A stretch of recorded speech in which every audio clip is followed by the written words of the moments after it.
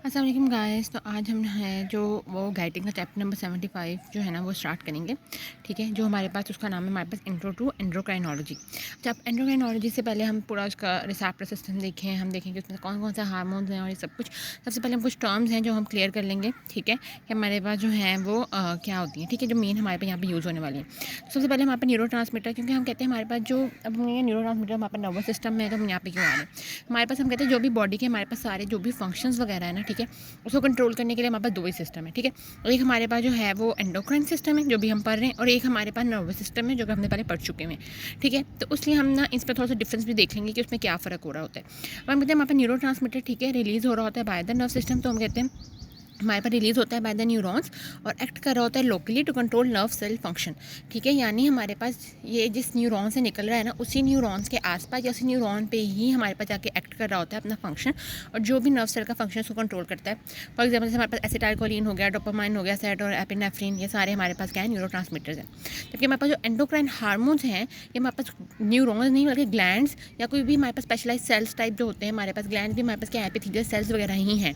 ठीक है, वो हमारे पास रिलीज़ करते हैं। और ये हमारे पास कहाँ रिलीज़ करें, इनटू द ब्लड्स। ठीक है, वो हमारे पास न्यूरॉन्स में ही करें, ये हमारे पास इनटू द ब्लड रिलीज़ करें और इन्फ्लुएंस करें function of the target cell at another location. यानी कहीं बहुत दूर जाके हमारे पास बॉडी में कहीं और लोकेशन है, टारगेट वहाँ पे जाके हमारे पास करें।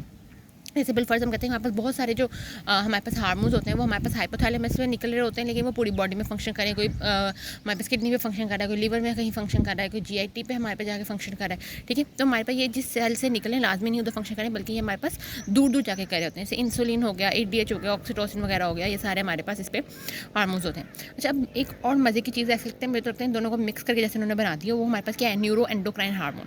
अब ये क्या है कि हमारे पास सिक्रीट न्यूरॉन्स ही करेंगी। ठीक है, लेकिन वो हमारे पास न्यूरॉन्स के अंदर सिक्रीट नहीं करेंगी, वो ब्लड के अंदर उसको सिक्रीट करेंगी, और वो जो सिक्रीट हुए हैं न्यूरो एंडोक्राइन हार्मोन वो हमारे पास इन्फ्लुएंस करेंगे कहीं और जाकर ही। ठीक है, तो इसमें बस हमारे पास क्या है, न्यूरोम इसको यूँ कह रहे हैं क्योंकि हमारे पास इसको न्यूरॉन रिलीज़ करनी है, और उसका एंडोक्राइन हमारे पास बाकी उसका फंक्शन है कि वो हमारे पास कहीं और जाके हमारे पास एक्ट कर रहा होता है। ठीक है, प्रोलैक्टिन हो गया, एडीएच वगैरह हो गया, हमारे पास हाइपोथैलेमस जो है ना, वहाँ पे सर्टेन न्यूरॉन्स होती हैं जिसको जो हमारे पास न्यूरो एंडोक्राइन हार्मोन्स को हाइपोथैलेमो हाइपोफिजियल पोर्टल सिस्टम के अंदर हमारे पास जो है ना वो सिक्रीट करती हैं, और वहाँ से फिर वो हमारे पास हार्मोन जो है ना वो आगे ब्लड में डिफरेंट तरह पे हमारे पास एंटी पाइट्यूटरी पे एक्ट करेंगे। वो सारा कुछ हम जब आगे हर हार्मोन का मैकेनिज्म देखेंगे वो पता लग जाएगा कि अच्छा ओ ये ठीक है न्यूरो हार्मोन है, और ये हमारे पास न्यूरो एंडोक्राइन है, ये क्या है। अच्छा, फिर हम कहते हैं हमारे पास जो है वो अगर हम हार्मोन्स में मेनली अगर हमारे पास दो तरह के हो रहे होते हैं जिसको हम कहते हैं हमारे पास पैराक्राइन एंड ऑटोक्राइन। पैराक्राइन हमारे पास क्या है कि सिक्रीटेड, पैराक्राइन में हमारे पास सेल सिक्रीट हुआ इनटू द ईसीएफ यानी एक्स्ट्रा सेलुलर फ्लूइड के अंदर, और इफेक्ट करा है हमारे पास नेबरिंग टारगेट सेल्स को। ठीक है, यानी हमारे पास ये हमारे पास सेल्स हैं, यानी उन्होंने इसको रिलीज़ किया और हमारे पास उसने नेबरिंग ही हमारे पास इसको कर दिया। ठीक है, ज़्यादा दूर नहीं गया, नेबर वाले।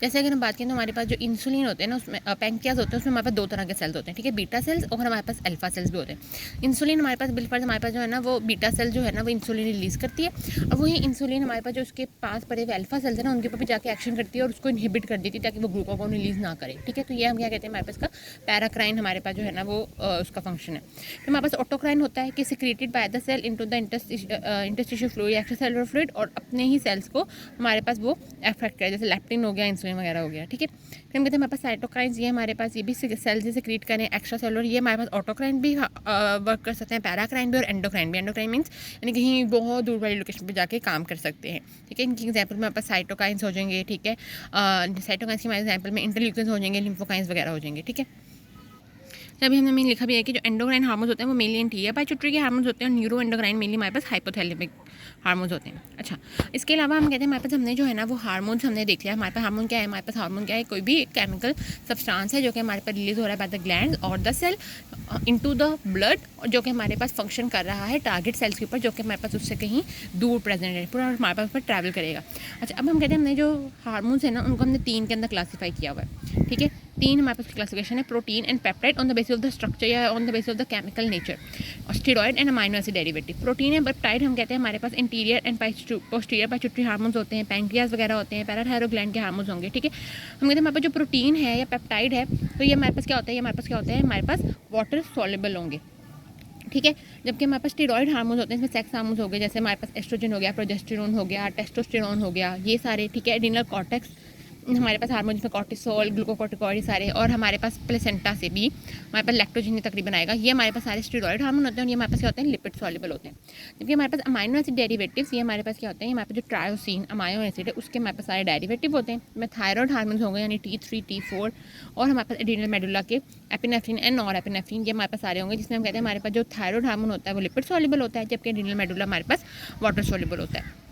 अच्छा, इसके हम अगर मेन थोड़ा सा अगर हम देख लें ना, तो जो हमारे पास वाटर सॉल्युबल होंगे ना, उसमें हमारे पास क्या है, इजीली हमारे पास क्या कर सकते हैं कि वो हमारे पास वाटर के अंदर डिजोल्व हो सकते हैं और लिपिड सॉल्युबल लिपिड में डिजोल्व हो सकते हैं। अब हमें दो चीज़ें पता है, ठीक है, ये है कि हमारे पास जो हमारा ब्लड है वो क्या है, वो टोटली हमारे पास क्या है, वाटर है, ठीक है, और हमारे पास जो हमारे सेल मेम्ब्रेन्स हैं वो हमारे पास क्या है, हमारे पास लिपिड है, ठीक है। तो हमारे पास जब भी सेल मेम्ब्रेन के ऊपर हमारे पास फंक्शन होगा, अब लिपिड वाला मॉलिक्यूल तो इजीली लिपिड मेम्ब्रेन से गुजर जाएगा। तो स्टेरॉइड की हम याद रखेंगे, जो भी हमारे पास हार्मोन्स है ना, उनके रिसेप्टर्स हमारे पास कहाँ होंगे, इन द सेल होंगे, यानी साइटोप्लाज्म में होंगे, या हमारे पास जो है वो न्यूक्लियस के अंदर होंगे, ठीक है। और अब ये हमारे पास स्टेरॉइड हार्मोन हो गया। और अब अगर हम इसको देखें तो हमारे पास, अब हमने बताया हार्मोन ने हमारे पास क्या करना है, ब्लड के अंदर मूव भी करना है, ट्रैवल भी करना है। तो ब्लड तो हमारे पास ज़्यादा मेनली अगर हम देखें तो हम कहते हैं 99% या काफ़ी, ठीक है, उसमें हमारे पास जो है ना वाटर। अब वाटर के अंदर तो ये सॉल्युबल नहीं है, तो ये कैसे मूव करेंगे, तो वहाँ पर हमारे पास के पास कुछ प्लाज्मा प्रोटीन होंगे जिसके साथ बाइंड करेंगे और इसको लेकर जाएंगे। जबकि अगर हम वाटर सॉल्युबल की बात करें तो वाटर सॉल्युबल है, वो इजीली ब्लड वाटर है, वो इसके अंदर इजीली मूव करेगा, तो उसको कोई प्लाज्मा प्रोटीन नहीं चाहिए, वो इजीली इधर उधर जो है ना वो हमारे पास फ्लोट करेगा। लेकिन जब हमारे पास ये सेल मेम्ब्रेन आएगा तो वो क्या है, लिपिड की है, क्रॉस नहीं कर पाएगा। तो इसके जो रिसेप्टर्स होंगे वो हमारे पास कहाँ प्रेजेंट होंगे, ऑन द सेल मेम्ब्रेन, यानी बाहर से ही वो अपना अटैच करेंगे, सेल के अंदर नहीं, अंदर होंगे, और अंदर फिर हमारे पास सेकेंड मैसेंजर के थ्रू पूरा सिस्टम चलेगा। अभी हम और पढ़ेंगे ना तो हमें बहुत अच्छे से समझ आ जाएगी। अच्छा, अब हम जो है ना सबसे पहले देख लेते हैं हमारे पास पेप्टाइड एंड प्रोटीन हार्मोन्स को। उसको हम देखते हैं, हमारे पास ये हमारे पास हम कहते हैं हमारे पास वाटर सॉल्युबल होते हैं, ठीक है, इनके हमारे पास रिसेप्टर सेल मेम्ब्रेन पे प्रेजेंट होते हैं, जबकि प्लाज्मा में ये फ्रीली फ्लोटिंग होते हैं। अगर हम देखें तो हमारे पास इनकी सिंथेसिस कैसे हो रही होती है, तो हम कहते हैं सिंथेसिस में हमारे पास सिंपली हमारे पास जो DNA होता है वो हमारे पास ट्रांसक्रिप्शन से mRNA बनाता है, जो कि ट्रांसप्री प्रो हार्मोन, पहले हमारे पास ये भी प्री मैसेंजर RNA होता है, जिसमें हमारे पास फर्दर जब होती है तो हमारे पास ट्रांसलेशन होती है ऑन द राइबोसोम, और हमारे पास प्रोटीन बनाता है। जो फर्स्ट हमारे पास प्रोटीन बन रहा होता है हम कहते हैं हमारे पास प्री प्रो प्रोटीन होता है, हार्मोन होता है। अब प्री प्रो हार्मोन हमारे पास एंडोप्लाज्मिक रेटिकुलम में जाता है, वहाँ पे इसके थोड़े बहुत हमारे पास जो पेप्टाइड्स वो रिमूव वगैरह होते हैं, और हमारे पास प्रो हार्मोन आता है। प्रो हार्मोन हम कहते हैं गोल्जी अपरेटस में जाएगा, और वहाँ से हमारे पास हार्मोन्स बन जाएंगे, और वो हार्मोन फिर देन सिक्यूटरी वेजिकल्स के अंदर हमारे पास आएंगे। फिर जब भी कोई हमारे पास सिग्नल वगैरह आएगा तो हमारे पास जो है ना वो एक्सोसाइटोसिस होगी, वहाँ से हमारे पास ये रिलीज़ हो जाएगा, ठीक है। अब हम कहते हैं हमारे पास सिक्रेशन कैसे होगी, यानी हमारे पास स्टिमुलस कैसे आएगा, तो हम कहते हैं हमारे पास स्टिमुलस हो सकता है कि कोई भी एक्शन पोटेंशियल आ गया उस सेल के पास, उसकी डीपोलराइजेशन होगी, ठीक है, इसका मेम्ब्रेन जो हमारे पास रेस्टिंग मेम्ब्रेन पोटेंशियल है वो कम हो गया, जिसकी वजह से हमारे पास कैल्शियम जो है वो हमारे पास क्या हुआ, भर गया, जिसकी वजह से उसने क्या किया, हमारे पास एक्सोसाइटोसिस कर दी। या हम कहते हैं हमारे पास कोई भी लाइगेंड है वो आया है, उसने रिसेप्टर के ऊपर हमारे पास जाकर अटैच हो गया है, G stimulatory CMP increase, protein kinase A को हमारे पास इंक्रीज आएगा, जो कि हमारे पास फॉस्फोराइलेशन होती है हमारे पास चैनल्स की, जिससे एक्सोसाइटोसिस हो जाएगी। ये वाला भी जो हमारे पास पाथवे ना, ये आगे हम पढ़ेंगे तो उसमें हमारे पास जो है ना वो हमें सही से आ जाएगा।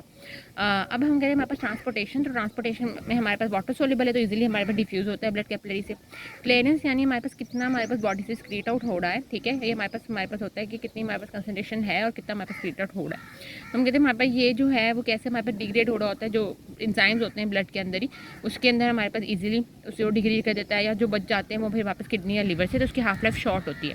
इसके अलावा भी हमारे पास हम कहते हैं इसकी हाफ लाइफ शॉर्ट होती है क्योंकि ना हमारे पास ये किसी तरीके से मतलब अटैच नहीं होगा ब्लड में ना, ठीक है ना, हमारे पास कोई प्लाज्मा प्रोटीन के साथ नहीं बाउंड, तो इसलिए हमारे पास इजीली जो है वो हमारे पास अवेलेबल होता है रिलीज करने के लिए, तो इसलिए हमारे पास की हाफ लाइफ जो है वो हमारे पास शॉर्ट होती है।